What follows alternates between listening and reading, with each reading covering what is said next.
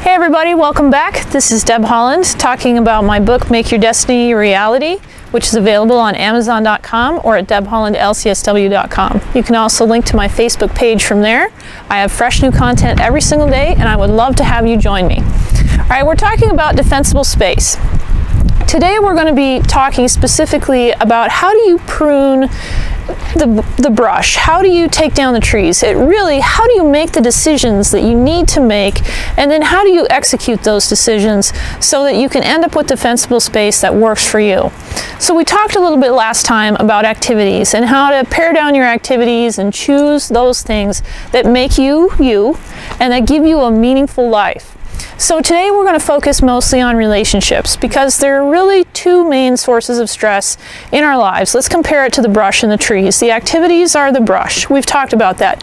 Now the trees, the towering tall trees, which can bring us great beauty, or in a wildfire they can be very, very dangerous. Those are the parallel to relationships.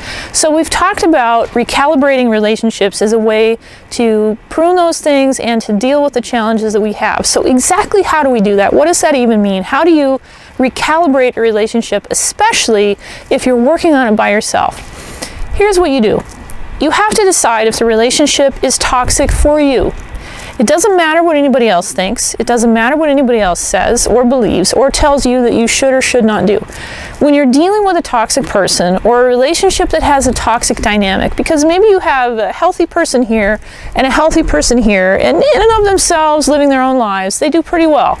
They're not really toxic, maybe not necessarily the healthiest, but there isn't anything that's tremendously dysfunctional in either one of them.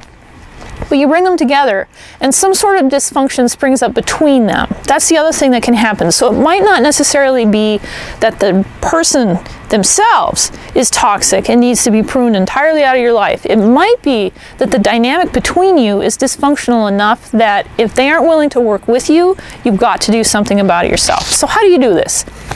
What you do is you have to figure out what it is that you're either getting from them or you want to get from them, what it is that you're giving to them, what it is they want to get from you. You have to ask yourself those few questions. What is a relationship really about? We have a tendency, especially for those of us that are healers or teachers or just simply very caring human beings, we have a tendency to attach to people who might not be the best for us, and we're not really sure why we're even in the relationship. So it's very important when you're talking about defensible space. You can't possibly create that if you don't understand what's there. So you've got to take a look at, what is this relationship all about? Am I simply attached to this person because they need help? Is this a person who helps me? And the best case scenario, the ideal, of course, for all of us, is that it's a mutually supportive, mutually beautiful, and beneficial relationship. Once you figure out what kind of relationship it is, it becomes much easier to start making decisions. If you have people in your life, they're not a part of your family, they're not a part of your inner circle, they really don't mean all that much to you, and they're just kind of a drain. They call you or they text you or they demand things from you, they disrupt your routine, and you've got people like that lurking around the edges of your life, that's an easy out. That's an easy decision to make. It doesn't mean that you have to be harsh. It doesn't mean that you have to make a big pronouncement. It just means that you have to be clear within yourself that this is a person that really you're best served and they're best served by a parting of the ways. It can be quiet and it can be classy.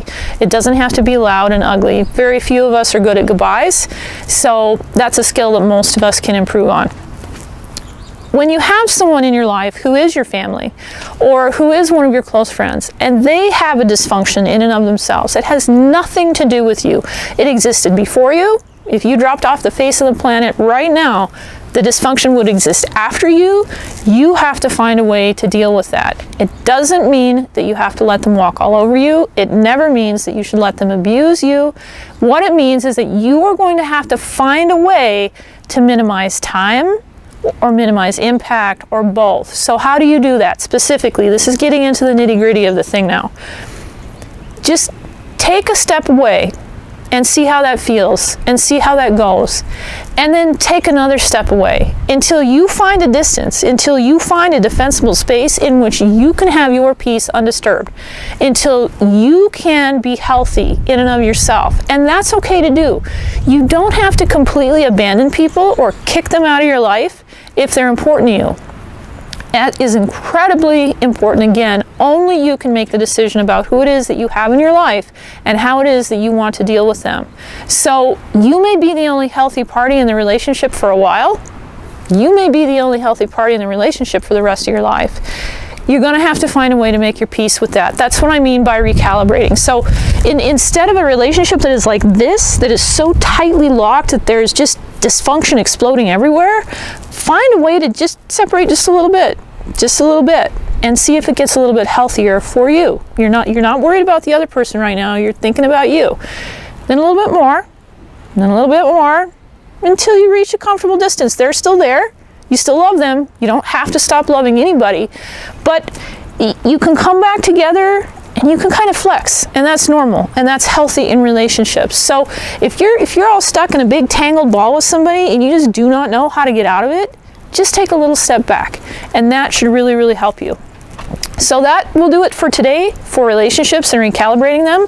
That's one of the best things you can do to give yourself defensible space, is to get those relationships under control. It's a tough thing. It can sometimes be a very painful thing, but in the end, this is your life, and you are worth whatever it takes for you to be okay and for you to fulfill the purpose in your life, whatever it is that God has called you to do, whatever it is that you think God may be calling you to do. My friend, that is worth it. You have value. You are worth protecting. You're going to have to be the one to do that for yourself, at least to start. God bless. I'll be praying for you to make those tough decisions in your life. Thanks so much for joining me, and I'll see you next week.